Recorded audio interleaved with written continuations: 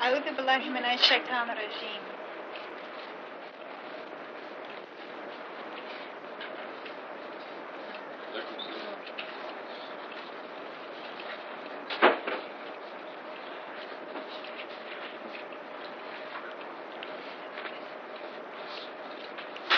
Bismillah ar-Rahman ar-Rahim. As Rashad said, we're starting with verse 75. Those of you who just come in. No. In Surah 56, verse 75.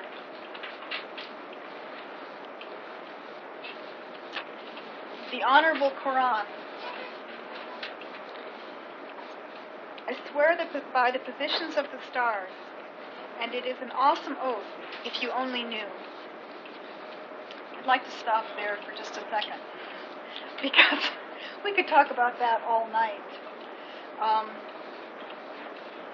We know now, though it was not known 1400 years ago, how awesome an oath this truly is. 1400 years ago, they could see the stars and looking up in the sky be awed by them, as we are today.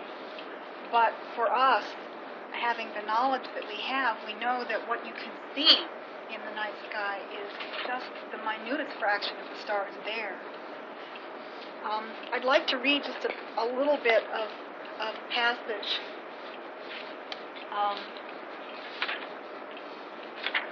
talking about how big our galaxy and the universe really is.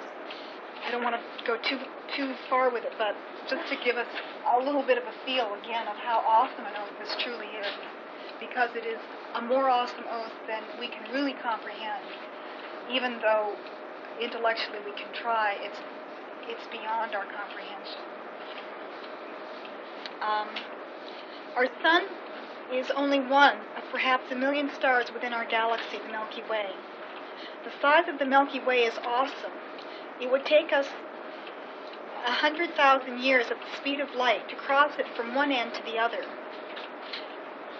Bearing in mind that the sun's light travels 93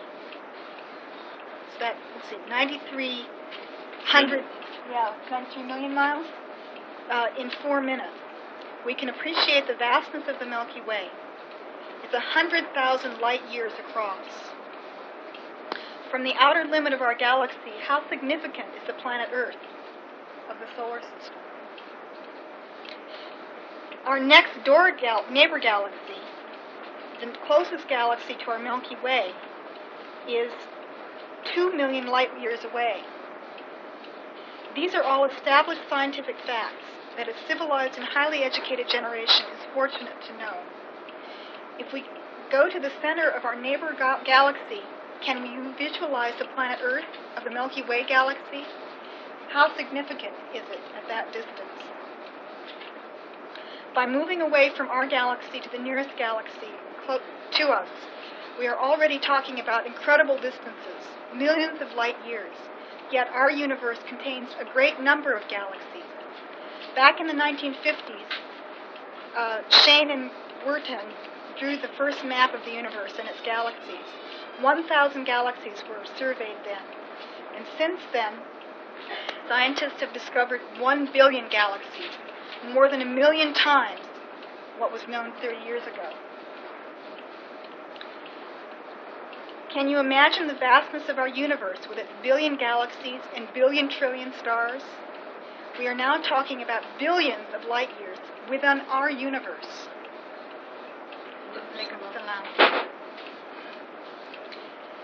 Have you lost track of our planet Earth?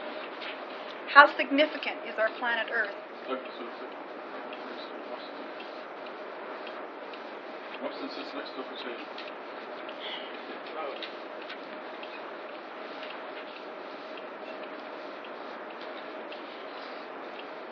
It is very important to keep this size and our significance, or perspective, in order to appreciate the significance or insignificance of teeny creatures who inhabited this planet for a brief period of time. And then we have one of the Psalms. This is from Psalm 8. When I behold your heavens, the work of your fingers, the moon and stars which you set in place. What is man that you should be mindful of him, or the Son of Man that you should care for him?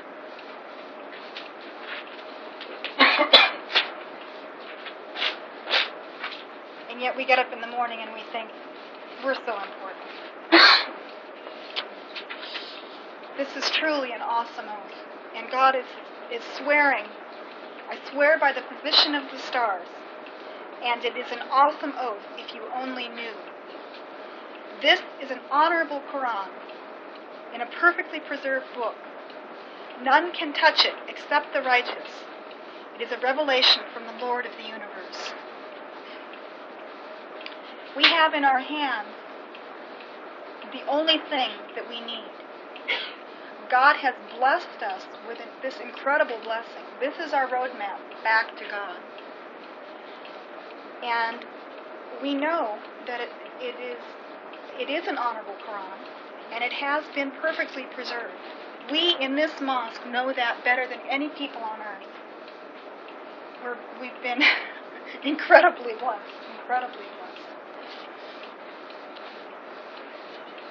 The miracles continue to come, flooding us, absolutely flooding us, showing in no uncertain terms that this book is perfectly preserved, and that not only is it perfectly preserved, but it is so incredibly coded that there is no way that any human being could have even approached to the slightest degree approached writing even one surah. It's beyond awesome, truly, for me. And we know now also that none can touch it except the righteous. What does that mean? I mean, that doesn't mean physically touch it, but it means that no one can get from this Quran unless they are righteous, unless they are truly seeking God. And beyond that, and more importantly for us at this point, we know that no one could discover this miracle without being righteous. There is no way. This miracle is as awesome as anything we can imagine.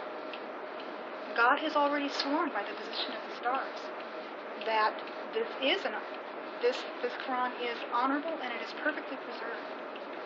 And that it's overwhelming. It's absolutely overwhelming. So we know, first of all, we know that this Quran has been preserved, but we also are given very clearly, the strongest of proofs that the discoverer of this code is indeed righteous, which is something that, of course, we will all hear otherwise, because that's the way Satan works. That's the way we all get entrapped. But we know very clearly that the miracle and the revelation itself had to have come from God. There is no way. There's no way we could have made it up, or it could have been tricked from God. That anyone could have tricked God to discover the miracle any more than they could have tricked God to be the prophet to whom the revelation is given.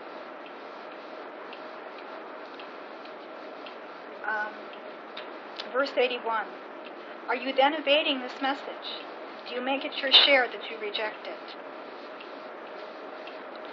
Your soul will reach your throat someday. Then you will look around. We are closer to it, your throat, than you are, but you cannot see. If you do have any power, you should reclaim your soul if you are truthful. Look at how many people are fighting this miracle. These verses, to me, are specifically directed to them, as well as, obviously, to those who rejected the Quran. Are you evading this message? God has already said that the Quran is perfectly preserved, that none can touch it except the righteous. And yet there are those who say that they are Muslim, who say that they have studied the Quran, and yet they reject the numerical code.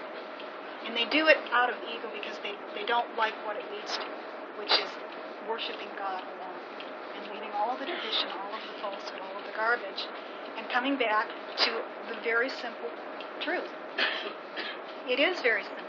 It's not easy, and until you make it easy, until you allow it to be easy.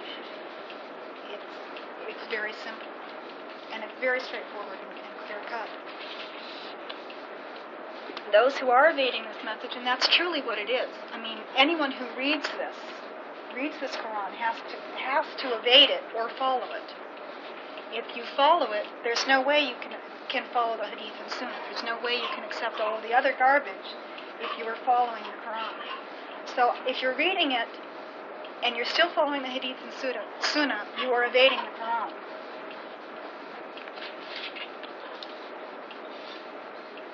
And do you make it your share that you reject it? Well, it takes a lot of work, I think, on some level, not to accept the truth.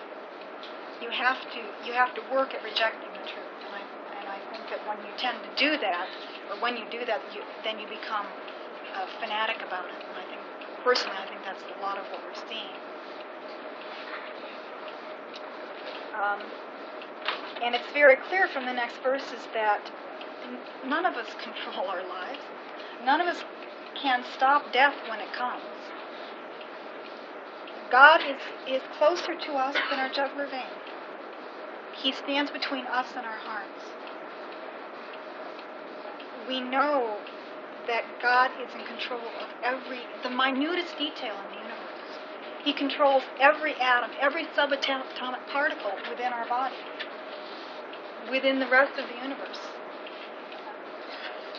That power is so awesome and so incomprehensible to us that it's probably easier for most people to ignore it because it's too scary to realize that there is a power that is that great.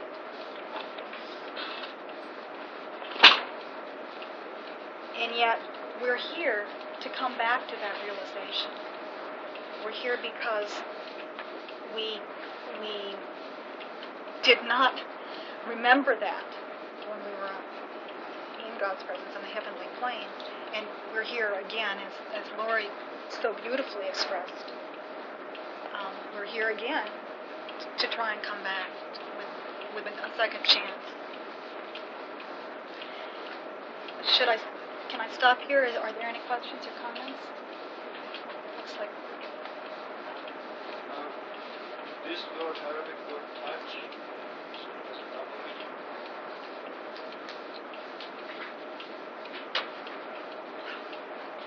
Oh, I'm sorry, I don't know whether the Arabic has a double meaning. I'm not sure. Oh, let's just read the footnote. I'm sorry. Thank you. Excuse me. The footnote. The Quran is by no means a regular book. Only the sincere seekers of the truth will be allowed to understand it. See 4144. The insincere will be prevented from acquiring any knowledge from the Quran. In fact, those who are prevented by God from learning the Quran claim that this verse means that no one can physically touch the Quran unless he satisfies certain ablution requirements. Obviously, this distortion is a clever satanic plot to prevent people from studying God's message to them. Our salvation is in reading, studying, and heeding the Quran. It's not really touch. The English word, the Arabic word does not mean touch in English. I will have to find another word. But still in English, you can say that means that nobody can derive anything out of the Quran unless they're sincere. But in Arabic, the word is yamas. It is different from yalmas, which is yalmas is the physical touch. But yamas is touch in this meaning that they cannot derive, understand anything from it unless they're sincere. Because your teacher is God. When you read this book, you're directly being taught by God. As we read in Surah 55. Not a regular book. This is why you read it over and over 1,000 times, and you still find new things every time. Unlike a novel, you read a novel and that's it, you throw it away, you don't see it again. So, because every time you look at it, God gives you new information.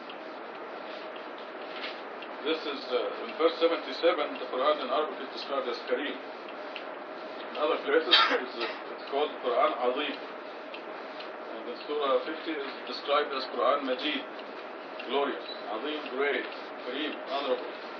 So So all these are actually attributes of God Himself. And this is awesome to describe the Quran with the same names of God. Azim, Majid, Kareem. It tells you how great this book is. Your salvation is in this book. And we're really fortunate to be studying it every week. Having the Quran study. Hopefully you're reading it every day. At least one verse every day. Make it a duty upon yourself. Because it's a tremendous blessing. None can touch it except the righteous. And we have an international observation to prove this in the miracle of Quran that is coming out of this month. That it is a miracle that is like the Quran, ranges from the very simple to the very complex. Yet nobody was allowed to make any discovery in this miracle except those who are connected with us, connected with believers, only believers who believe like we do. They believe in worshiping God alone and upholding the word of God alone. Just look at the people who made discoveries. I want to pass this around. Let's do it very fast. Just take one and pass it on to the next one. This is a summary of the miracle in one page. And when you look on the back, under other features of the miracle, you see that the first verse is 19 letters. The number of surahs is 114, 19 times 6. Is this simple enough? The first verse is 19 letters. The number of surahs is a multiple of 19. Very simple. The first revelation was 19 words. The last revelation, 19 words. These are famous first revelation and famous last revelation. And these are very simple. They don't require a computer. But not a single person outside the fold of believers was allowed to touch it. It's a monopoly. You look at the people who made major discoveries, Abdullah, Mahmud, Ihsan, Lis, many others, Firuz, Ismail. These are the people that we know. And they're all Katub. They're all people who firmly believe like we do. And for a long time I was surprised. Why doesn't anybody else find these things, you know? It's because I needed some support. It's very simple. When you look at the back, you see how simple it is. From the missing Bismillah to the extra Bismillah 19 surahs. Is this difficult? I mean, the consistency and the repetition of the number 19 is so simple. Yet, nobody, there are a billion Muslims in the world, but none of them was allowed to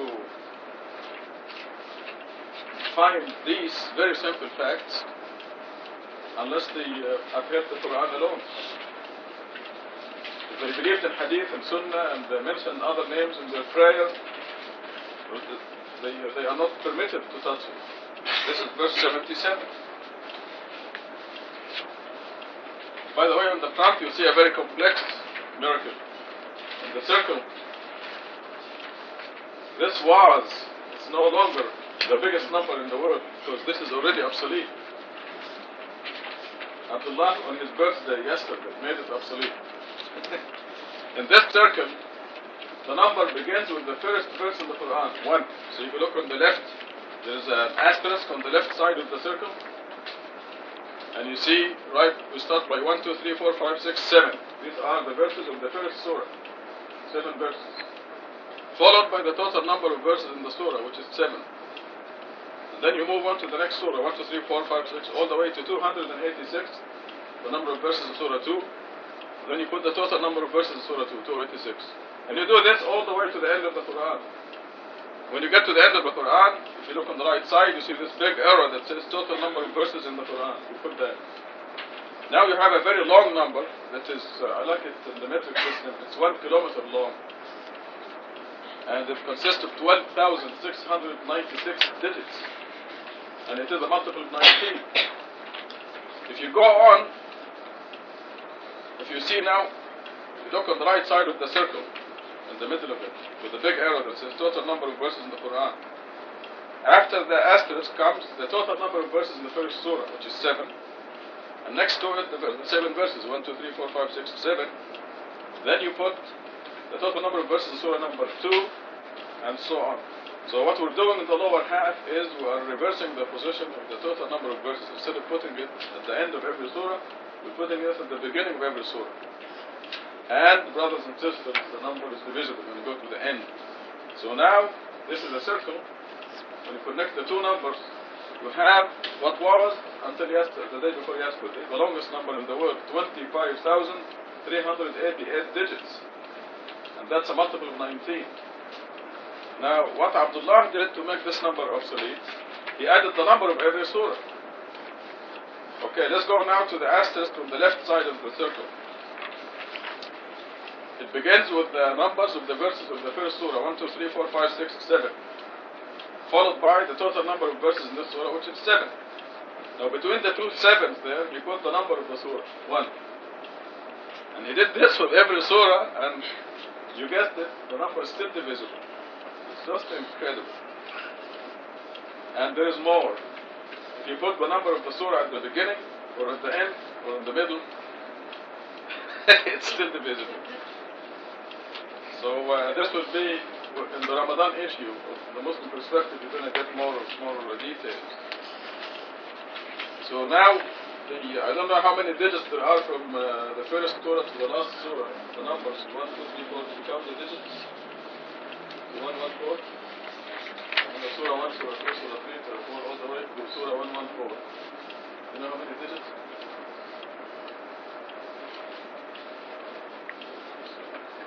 474. You add that? If you put 1 and 2 and 3 up to 114, it's divisible. It's not mathematical. Yeah, because you put it next to each other, you're not adding. Just putting them. Okay, there's a by the way miracle. 1, 2, 3, 4. All the way to the end of the Quran, 1, 1, 4. And you put the digits next to each other. 474 digits, and it's a multiple of 19. So you put that, you add this to this number, which is 25,696. You add 474. Now you have the biggest number in the world. And it is out of this Quran. 2, 4, 25, 388 plus 4, 7. So it's about 25,800 numbers, digits. So even if you put the And that is divisible. if you put the surah at the beginning or at the end or in the middle, it's still In the middle, meaning between the last verse and the total number of verses. If you look on the left side of the circle, you see the asterisk, and above it you see the number of verses in Surah Al-Fatiha number 1. 1, 2, 3, 4, 5, 6, 7. Followed by the total number of verses in the Surah, which is another 7. So if you put the one between the two sevens that you see there, that's the number of the Surah. yes. And you do this in all the surahs, it's divisible. If you move the number of the surah, put it at the beginning. So you have 1, 1, 2, 3, 4, 5, 6, 7, 7. That's divisible. And if you put the total number of verses at the beginning, so you have 1, 7, 1, 2, 3, 4, 5, 6, 7, you still have a divisible number. So it sounds like almost a physical impossibility, but it locks every verse. Somebody called today and said, how do you know it's only the two verses in Surah 9? You notice that Surah 9 is mentioned here. If you look at the upper right corner of the circle, it says total number of verses in Surah 9. You have to use 127. And this fellow was calling from Louisville, Kentucky, and he said, how do you know it's only the two verses in Surah 9 that violate the code? So I told him, because every single verse, what we see here is every single verse in the Quran is authenticated as divine from God. Every single one, except these two. So it is fitting to mention why God swears by the position of the stars that this is a Quran Kareem. By the way, Al-Quran Al-Kareem has a numerical value that's 684 and up with 19. The numerical value of this, the official name of the Quran, Al-Quran Al-Kareem. Just to change the subject, make it a little bit lighter. Do you know how they count the stars? I'm sure some of you do, but anyway, they go out in the night and take a picture of the sky. Just take a picture, they put it in a computer, and they count. The computer will count the number of the stars in that area, in that picture, and there's a formula that tells you what the circumference from the inside of a circle is, and then you can tell from this picture how many are in the whole circumference of the whole sky. And you do this 100 times, and then you take the average of the 100 times, and you have exactly, almost exactly, the number of stars, 1 billion trillion of them. And these are the ones that we see. Because if our sun is in the next galaxy, we will not be able to see it, because it is one of the dim stars. What we're seeing are only the bright stars.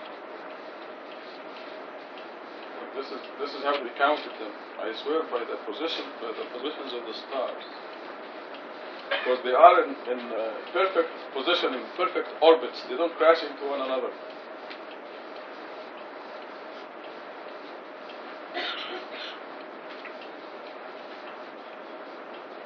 There was something else also I wanted to mention to you.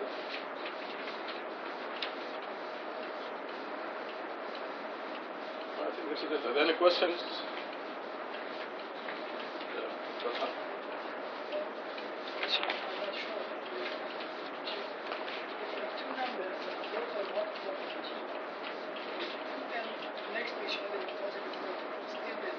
Mm-hmm. Yes.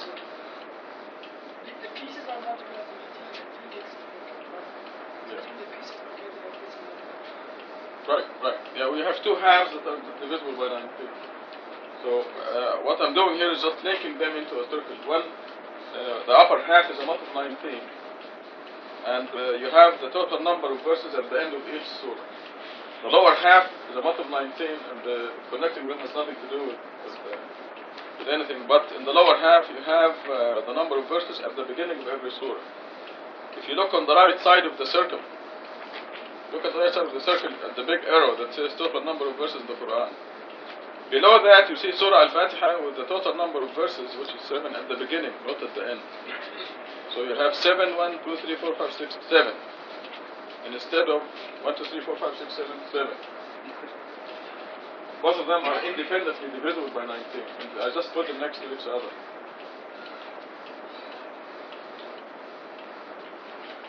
And it's because the upper half was discovered by Feroz Karmali in Canada. And he ended up putting the total number of verses in the Quran at the end of the number.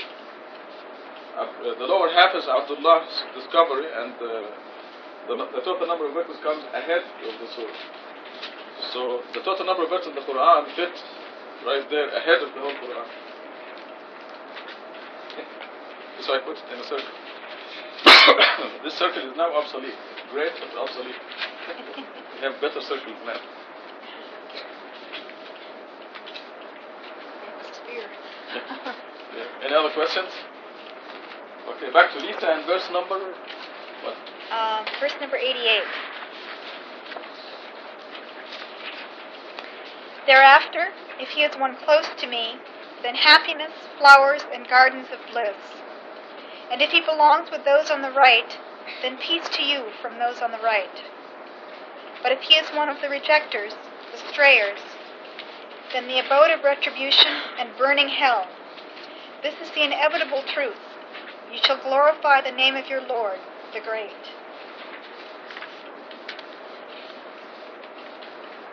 Verse 88 and 89, actually all of these verses refer back to the beginning verses of this Quran, of this surah, where it talks about the high heaven, the lower heaven, and hell.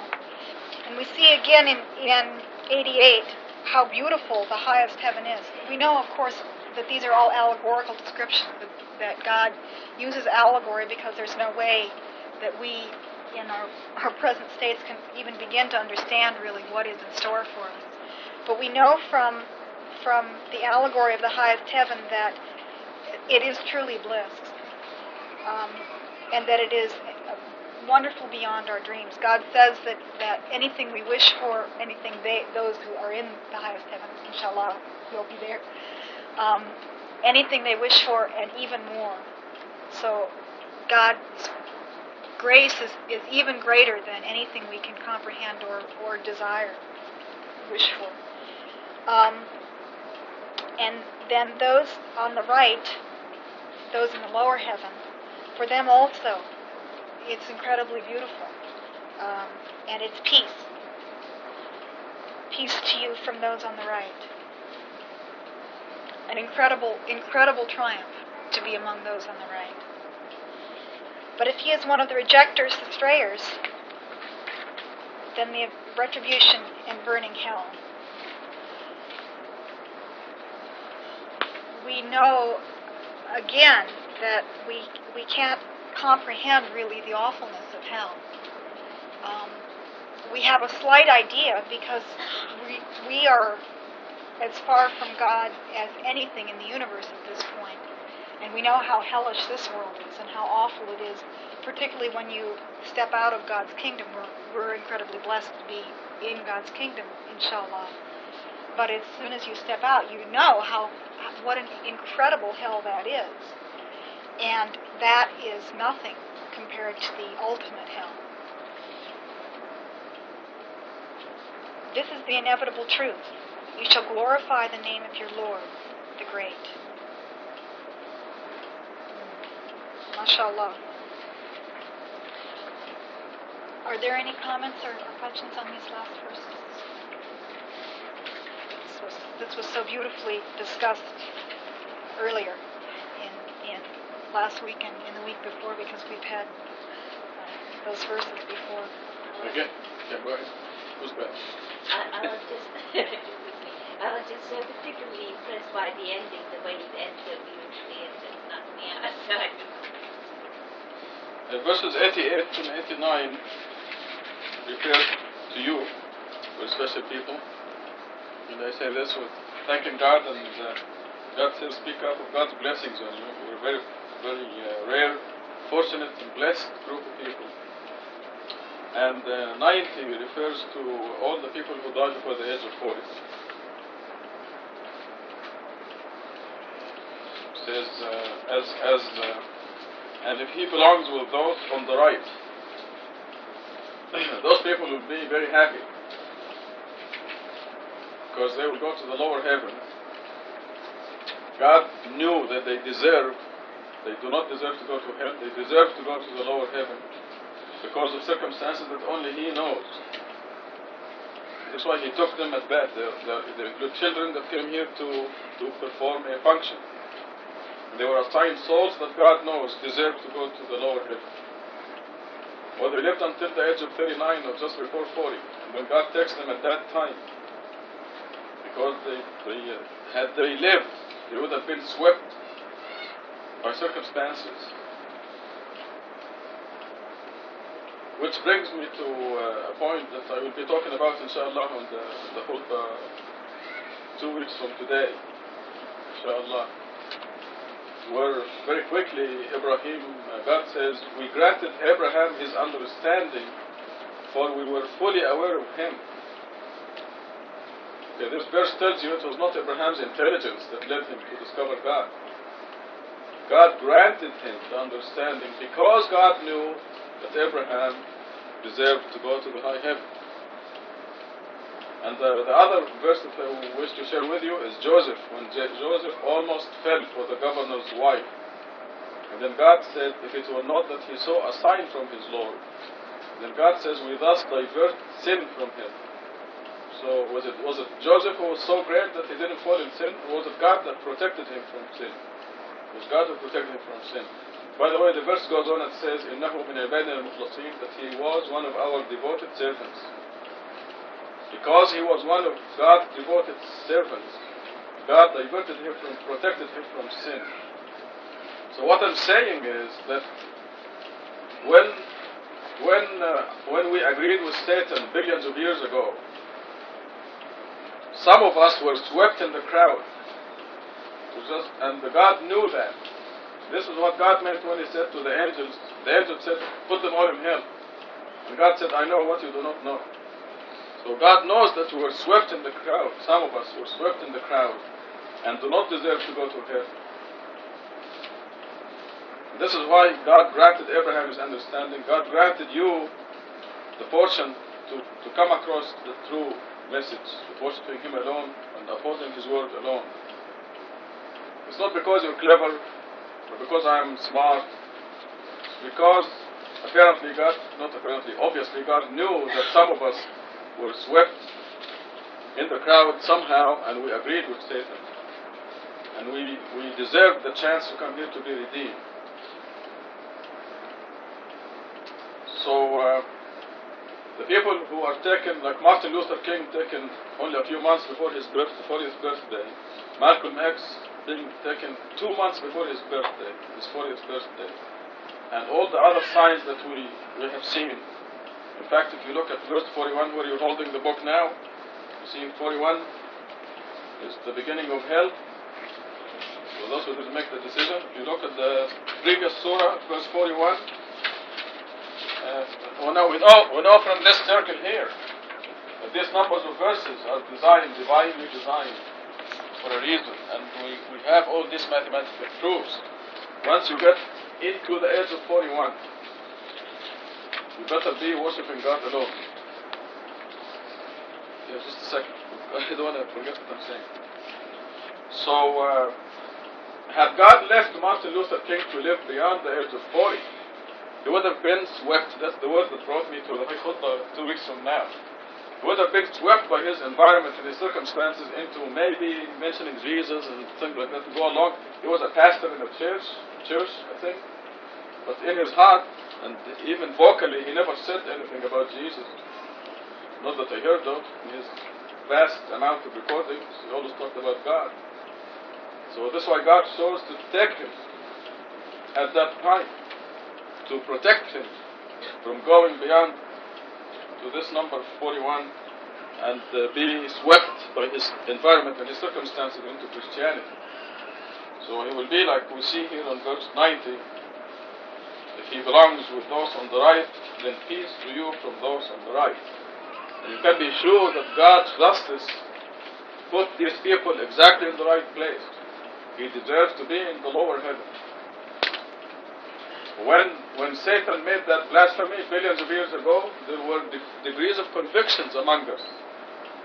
That go from the jinns who completely agreed with Satan to the majority of humans who were wishy-washy, they didn't, to some who were swept in the crowd. And hopefully that's us. So now Kathy has a question.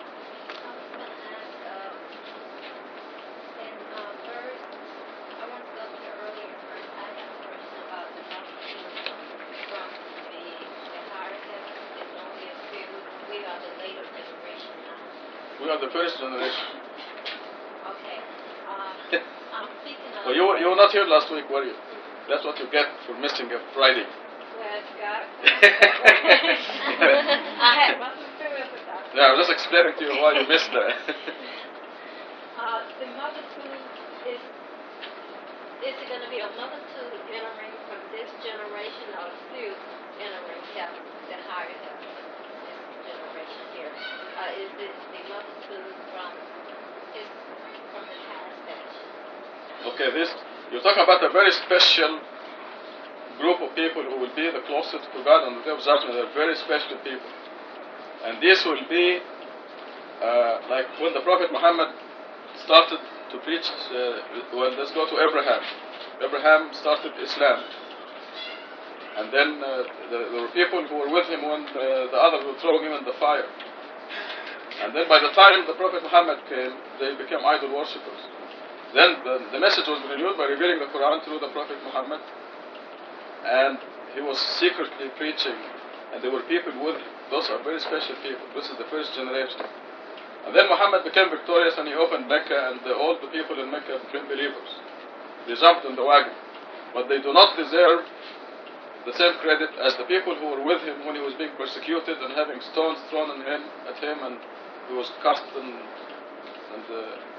called names and persecuted. Does this make sense?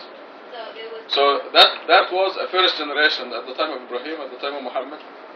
And then 10 years ago, Islam was totally corrupted. There is not a single mosque in the world that upholds the commandment to mention only the name of God in the mosque, in the worship practices and so on. And then God renewed the message with this miracle. So now we are a first generation. And the people who are in this movement while it is being persecuted, and the names and the insults and so on are very special people. Now, 10 years from now, we'll probably have millions, maybe 20 years, 50 years from now, and everyone will jump on the wagon, but they do not deserve the same credit as you do. So, these very special people will be multitudes from this generation. After that, when it is famous and successful and it is the thing to do, they don't deserve the same credit. They will not be in the same that rank. This is what we did last week when we were absent. Any percent? The thing between age 40 is somewhere related to Muhammad becoming a prophet at No. age 40. We don't even know if he was really 40 or not. They didn't have birth certificates then. They're just guessing that the Prophet was 40 when he was reckoned and given the Quran. But it has nothing to do with that.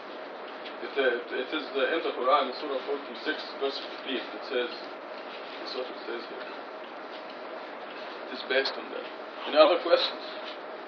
Go back to Lisa and Surah 57.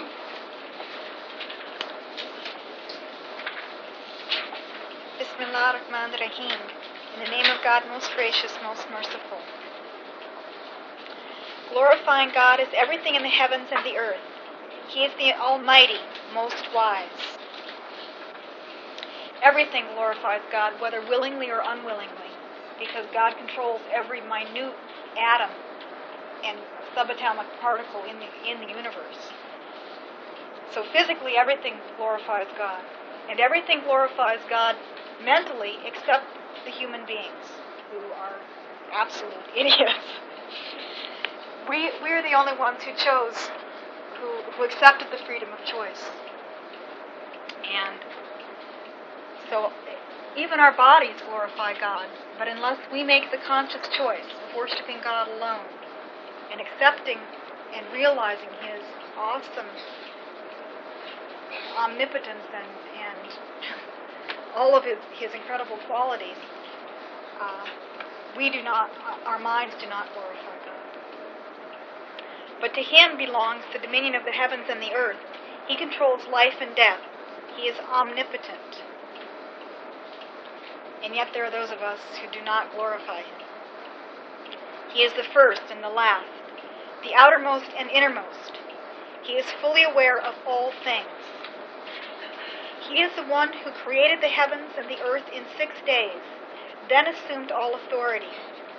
He knows everything that enters the earth and everything that comes out of it, and everything that descends from the sky and everything that ascends into it. He is with you wherever you may be.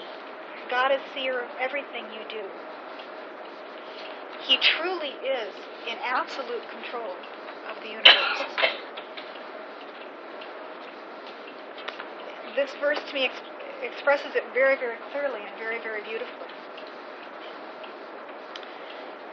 Verse 5, to Him belongs the dominion of the heavens and the earth. God is in full control of all things. These verses again and again are saying absolutely what we've been saying, that God does everything. And yet it is so hard for us to accept that. I mean, you can hear it and you can say yes, but then, you get sidetracked. Oh, if I don't take my vitamins, I'm going to get sick. You aren't going to get sick unless you deserve to get sick. That doesn't mean you shouldn't take your vitamins, because God has given us the vitamins. He's given us the medicines. But we have to remember that God is the one who is controlling everything, who is doing everything. God controls our bosses. God controls our neighbors. God controls our spouses. He controls not only the physical things, He controls the emotions, the hearts and the minds of those around us and of us. As Rashad pointed out so beautifully, God bestowed on Abraham His righteousness, His understanding. Well, God says very clearly that He bestows on all of us our righteousness. It's not us. It's not ours. God gives it to us. He controls our hearts and our minds. If we make that one choice, the only thing we really control is that one choice of whether we worship God alone or not. And once we've made that decision, He goes from there. He takes it from there. And there are a lot of verses that talk about God misguiding those who disbelieve. Well, they made that choice to disbelieve, and He helps them along in that choice. Those who believe, He helps them along in that choice. And each and every one of us, I know, have experienced that very thing of God giving us strong signs. We've made a decision. Okay, we've repented. We've made a decision, and suddenly God, just showers us with strong reassurance. It's there because we made the choice, but God is the one who's giving it to us. All we can really do. I was wondering if God grants righteousness after we pass the test, if you come over, or during, or what, at what point. I know, like Job was from Abraham. Joseph said on his deathbed, he said, in the end, he said, thank God for granting righteousness to attribute his success. Yeah, I know. That helps.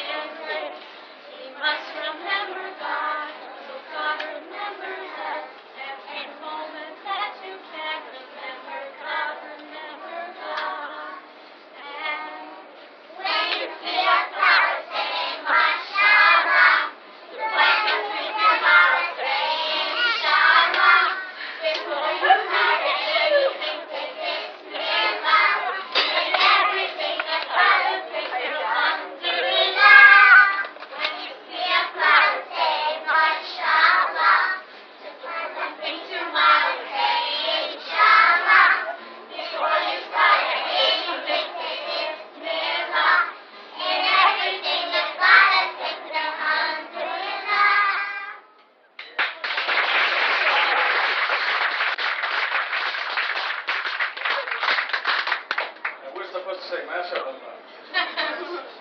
For the kids. Congratulations. Okay. That's right.